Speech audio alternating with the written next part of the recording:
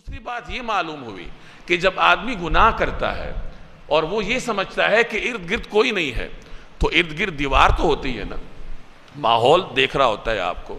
ہم تو یہ سمجھتے ہیں کہ یہ قوت گویائی اور شعور سے محروم ہے۔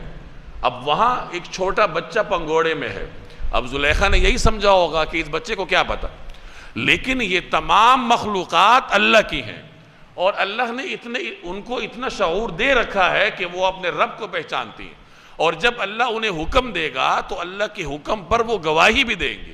جیسے روایات میں آتا ہے کہ زمین کے جس حصے پر گناہ کرو گے تو وہی حصہ قیامت کے دن تمہارے خلاف گواہ ہوگا، اور جس حصے پر نیکی کرو گے تو وہی حصہ قیامت والے دن تمہارے حق میں گواہ ہوگا۔ تو آپ کے گرد و پیش میں جو بھی چیزیں ہیں، آپ کے اعضاء، آپ کا لباس، آپ کا کمرے کے در و دیوار، آپ کا موبائل، آپ کی اسکرین، یہ تمام اللہ کی مخلوقات ہیں، اور آپ تو یہ سمجھتے ہیں کہ کوئی دیکھنے والا نہیں ہے۔ تو نظروں کا بھی گناہ ہوتا ہے، ہر قسم کا گناہ ہوتا ہے کہ میں تنہائی میں ہوں۔ خوب یاد رکھیے کہ کوئی تنہائی نہیں ہے، یہ تمام اللہ کی مخلوقات ہیں، یہ خاموش گواہ ہیں، اور جب اللہ جل جلالہ ان کو حکم دے گا تو آپ کی انگلیاں بھی بولیں گی، آپ کی آنکھیں بھی بولیں گی، اور یہ جو گرد و پیش کا ماحول ہے اللہ کے حکم پر، یہ بھی آپ کے خلاف گواہی دے گا۔ تو کبھی بھی یہ نہیں سمجھنا چاہیے کہ مجھے تو کوئی دیکھنے والا نہیں ہے، میں تنہائی میں ہوں۔ یہ چیز ایک نوجوان کو اپنے ذہن میں بٹھانی چاہیے۔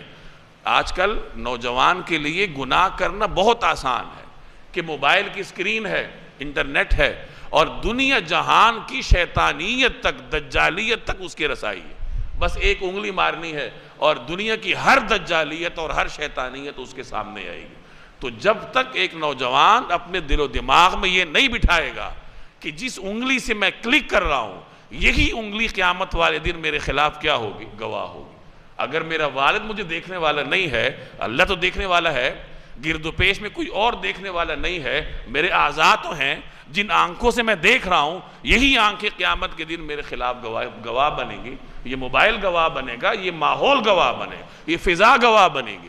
تو یہ چیز جب ہم اپنے دل و دماغ میں بٹھا دیں اور گناہ سے پہلے اس کو تازہ کر لیں، تو پھر اللہ تبارک و تعالی اس کو گناہ سے محفوظ رکھتا ہے۔